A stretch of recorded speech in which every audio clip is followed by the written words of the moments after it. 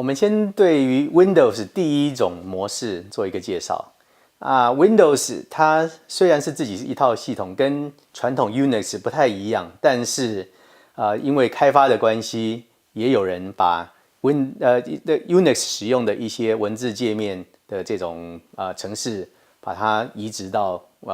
Windows 上面。那我们要介绍的第一个是 Cygwin。Cygwin 它允许 Windows 使用者以 Unix 的这种操作模式去开发程式、去编辑档案等等。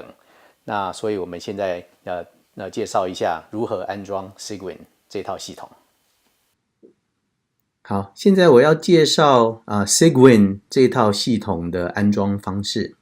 Cygwin 是什么呢？ Cygwin 就是在 Windows 系统里面可以提供一个指令界面的一套程式。那透过这个指令界面或是 Shell 你可以去安装其他的软体做开发的工作或是做其他的就是包括了 Python 3， 还有一些文字的编辑器。那 Cygwin 其实在各个版本的 Windows 上面都可以跑得起来所以它相对来说应该是所需要的资源是相对比较少的比起其他像虚拟的机器像 Virtual Machine 这种，或者是其他的一些那个做法应该是还算是 lightweight 那我在这堂课里面会用到的模式也是比较接近 Cygwin 这套系统，所以我是会建议大家安装这一套，不管你有没有用其他的系统，也都是先安装这一个 Cygwin。好，那 Cygwin 要安装的话，就是先从那个它这里有一个可以下载的就是download 的看你是64 bit 还是32 bit。那我这台是用64 bit。那如果你已经有安装，你可以用一个 fresh install 或者是 update 那这个下载的只是一个安装的程式而已。那由它会在安装的过程中让你再有机会去点选说你想要下载什么样的其他的套件那这都 OK 的这都有机会可以另外安装。那现在它已经那个下载成功了，那我就把资料夹打开来。打开了以后，我就看到这个 setup 那它就是帮你安装这个 Cygwin 这个程式的安装程式。那Windows 会问你确定吗？好，那我们确定。好，那在跑的时候 Cygwin 那我们就是下一步，那这个是从网络下载可以。那我们就照它预设的一些位置然后就一直点 OK。那这里的话是就看你的状况，一般先就是点那个就是它预设的这个值。好，那我们就从它第一个这个网站下载它的目录。那如果我们要找的话呢，有几种做法，可以把它展开来一个一个找，或者是我们自己去那个用搜寻。那 Python 有自己的一个category 那所以我们可以那个去里面去找跟 Python 有关的。那我们可以从 Python 这里就跟 Python 有关的有蛮多的一些套件可以选。那 Python 它也分作不同版本还有不同的这个组合，可以让你自己挑选。那我们只需要比较简单，而且是 Python 3不是 Python 2。那我们可以再过滤一次 Python 3那3的话就有这一些那 Python 3我们要找最新，那就是算是 3.7 甚至到 3.8 都有。所以往下卷的时候，你可以看得到，这里的话，因为我们其他的版本是会在这堂课用到的是 3.7， 那我就选 3.7 的版本，因为它还算是比较稳定的。3.8 目前还是因为在开发的阶段那 3.7 的话，那我就选一些跟它相关的那 3.7 developer 就是可以开发者用的。那 pip 的话是一个还算不错的一个工具，就是说它是替你可以安装透过一个指令就可以安装需要的套件那还有其他的话，如果想要做一些，例如说这种图形界面的程式的话，你可以安装一个 tkinter 等等那 virtual in 等等。那所以你要的话也可以全选这 3.7 相关的就全选。那所以 3.7 这里就都勾起来了那所以如果你不选也没有关系，可以再跑这个程式回来再安装就好了那除了 Python 之外，我也会建议几个就是说跟它有关的例如说 text editor 像我们会讲到要用 Vim 那我们就是搜寻一下 Vim 或是这个 Vim。那 Vim 是什么呢？它是一个那个纯文字的编辑器那 Vim 的话，好，那我就选这个 Vim。那有一个版本是叫做 GVim， 那是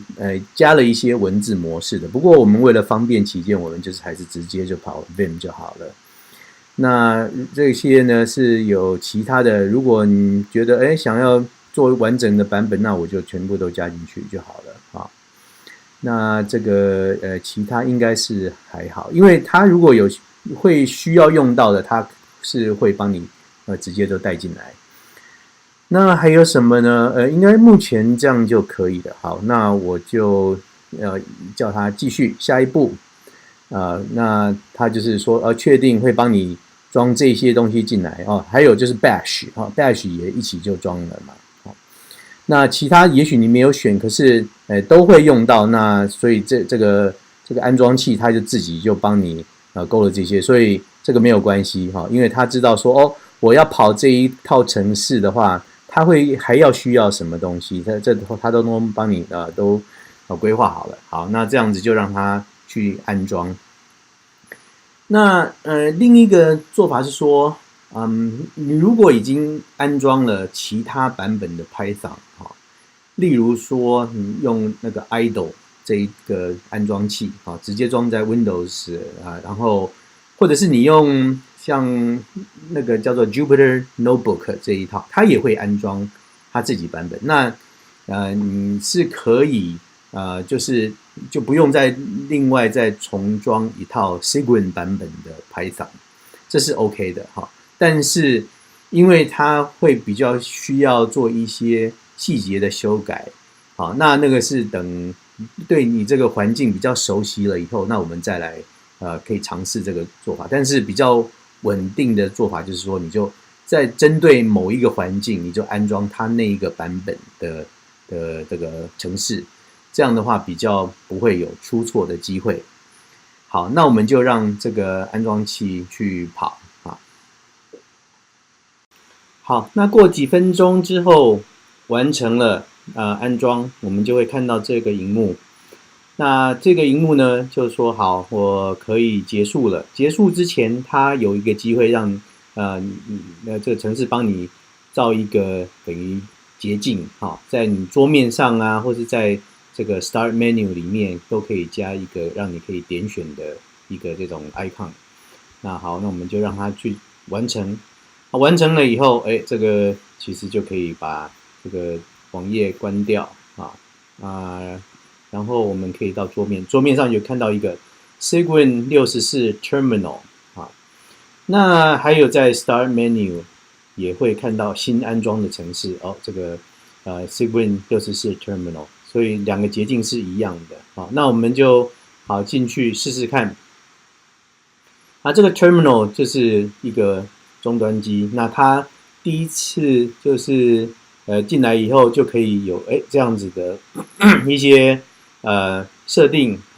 那一些设定其实它帮你先预设好了，所以像这个点 bash rc bash profile 点 profile input rc 这些都是在 shell 会去用到，就是每一次你开一个这个 bash 的时候，它会帮一些预设值就从那里读出来。好，那bash 大家也可以看到，就是它是一个 $sign 的 prompt， 就是说好，我现在可以接受新的指令了，那你就用 ls， 那么现在是空的那如果要开一个资料夹 maker 啊，然后再例如说要叫一个课程的话，好是 src for source， 好，你的程式码，那你 ls 有了在里面 src， 好，那如果要做一个新的档案的话，我们可以用 vim 的话就 hello 点 py 啊，那就是有这个，那你可以就 print， 然后 hello world， 好，这样子。那甚至可以叫它这个把行号哪一行是什么 print goodbye， 这样好，印好了以后可以 save 好。那我们 ls 现在有个 hello 点 py 就可以跑了。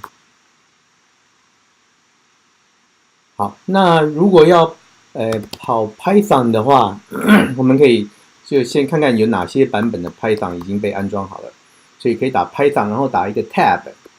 2次的话，它就会显示出现在有哪些可以跑的 Python。好，那如果我们用 3.7 的话，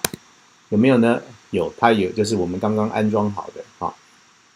，Python 3.7 表示它已经存在了。好，那我们可以先试试看 print